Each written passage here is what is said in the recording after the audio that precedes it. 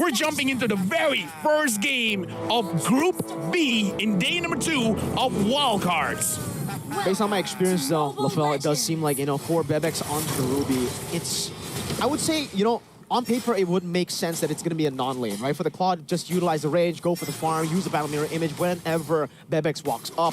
But the Ruby is very, it's so deceiving. You think she's a melee hero that can't really poke you down, but the range of that passive is quite massive, and you will be able to bully your opponent usually. So as long as IHC are able to funnel some resources into the bottom lane, not really, gold or XP, but mainly with some pressure relieved off of that lane would be really good. But Ethan, starting the top, forced to flicker early on, not even the first minute, and now he will pop that power of nature to escape.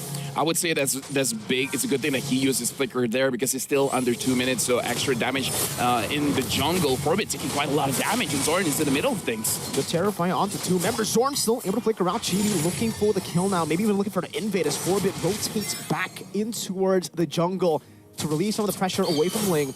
But in the bottom lane, Nets is doing a very good job at just suppressing this force of the Ruby in the gold lane. One small thing that's a little bit unfortunate, I think Chibi was absorbing one minion coming in from the mid, so perhaps Udil is going to take a little bit more time before he gets his level 4. But again, it's a small thing, probably wouldn't matter in the grand scheme of things. Zorn finds Xora. Xora is already level 4. Zorn is already taking quite a bit of damage. He doesn't have the flicker. That is a very important thing to note down as a turtle will spawn in 13 seconds, but he's giving the war cry, by the way, for the Roger. And for Xora, it's the QC, not the war cry we're used to. Zorn walking up, getting knocked up. Ethan doesn't have the flicker. Now that's going to be Xora jumping in, but Chibi does a whole lot of damage. Already took the purple buff earlier. Xora will be able to walk back into the purple buff. Both teams not setting up for the turtle. I feel like Chibi has the right idea here. You got to make sure that IHC Esports is always below 50% health, though, but Zorn taking a lot of damage. Looks like he's going to get taken down. No, he still survives. And the Eternal Guard actually turns it around. That's the penalty zone, but it will not be able to save Forbid in the mid lane. First blood over to Homeboys. I was going to say, Homeboys, their idea is to make sure that everyone coming in from IHC Esports have very low HP before contesting anything to make the threat of Chibi actually going in with the Lycan Pounds being very, very high. Xora, he still wants his supply, gets it. Mid-air, he catches him with 100, and Xora is going to be bursted down by Udil. Now the turtle taking Chibi, walking up into the enemy jungle, invading already, trying to take as much as he can to punish Xora. Looks like with this draft, Homeboys is able to pick up the tempo. IHC Esports, having a jungler, a Ling as the jungle, you want to make sure that you're able to farm up as safely as you can. Looks like he's having a little bit of trouble, but even so, in terms of the gold, it's only 500 gold difference, and it does look like Xora is going for a Berserker Fury first item, so he's not going to be that far behind. Walk up again, Forbid getting knocked up. Ethan used the power of nature earlier. Bebex has rotated, but in the early game, I can't help but say, for Bebex at least, he's kind of failed to utilize that pressure. Udil on a barrier, not able to really go for anything. Bebex with I'm offended on the 2 members right in the middle. Fury in the wall charge with the feather airstrike gets comboed together. Xora with attempts to blaze, jumping into this fight, but Suppot will also rotate much quicker.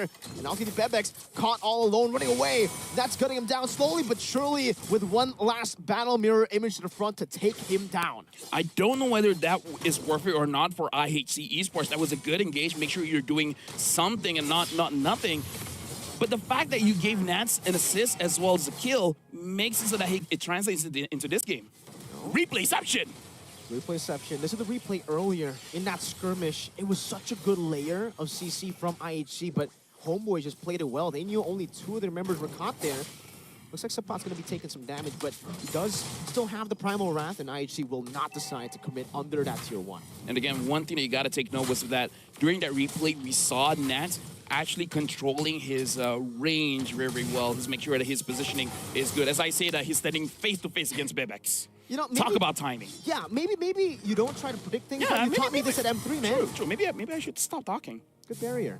You want to try to slow the pace of the game down because Homeboys at this point with, hey, actually, if we take a look at the gold lead, it's not that big. The Terrifying with the Eternal Guard. Udil being able to chunk Ethan, but he has the power of nature, walks up now as Xora does some damage. Suppot not go over to armor just yet. Pops the Primal Wrath, assassin wall charge into the back line. That's a steal from Xora.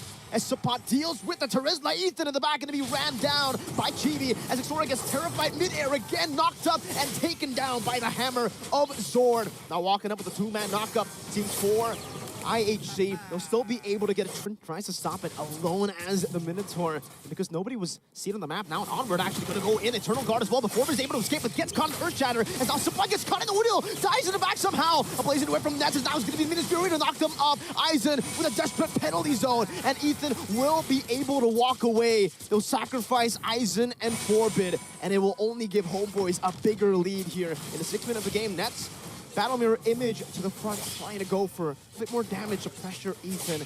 But as you said, right now it's not that big of a lead despite the kills. Yeah, it's really not. The good thing about Homeboy is that they're giving the kills over to the damage dealers. Chibi, Udil, Nance has been joining quite a lot of fights. Chibi is actually getting a lot of gold because he's getting the turrets as well. Man. 1 level lead for the Roger already. Supply goes for Onward. Now Earth Shatter.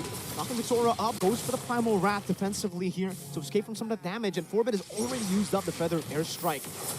Yeah, but the thing is, right now for IHC, they stole the previous one. Looks like it's not going to be stolen this time.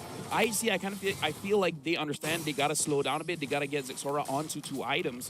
And Homeboys, I feel like they got to pick up the pace a little bit because if you give room for the Ling to farm up, it might be one of those things that you regret in the long run. This time, though, they've been able to pick up a turret. A neutral objective, Ethan. He's taking that much damage as a frontliner. Just up against Udil, by the way. This is a Vixana, and he's doing so much burst damage early on. Sora is still, trying to look for that farm, but he is 1 level down. In the late game, even if they do get to the later stage, right? Let's say 10-minute, perhaps a 1v1 here, but Roger versus Ling. Who actually scales better in this kind of matchup? I feel like whoever has the Sky Piercer has an unfair advantage. Chibi now having the endless battle so that he has a little bit more sustain. It looks like he already used the Retribution onto Ethan. See that damage coming down with the lightning bouncing Sora! Almost gets 1 shot more. Tries to break the dash, but he doesn't even need to. Chibi just guns him down. What was that damage? I mean, okay, we asked the question, and the player's like, got you, fam, bet. I'm going to show you how much on-hit damage I deal. And again, I have no idea whether Chibi has the Sky Piercer or not, but 1 hit and that was like, what, 40% of the HP? I believe that damage was coming from the Endless Battle, and it looks like he does have the Sky Piercer. And interestingly enough, he has the War Axe as well. So that War Axe is the first item. Interesting build here coming in from Chibi. Wow, I'm still kind of stunned by that damage. Was that maximum stacks on the War Axe and the Endless Battle proc?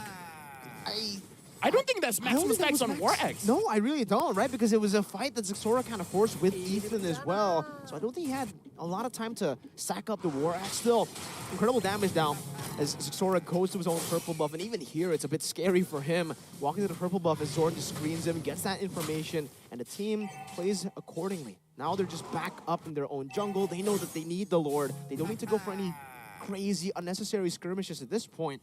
But Nets is kind of unkillable, right? I mean, at this point, even if you dash towards him, this is why the quad is so good against assassins. You blink out. You don't dash out.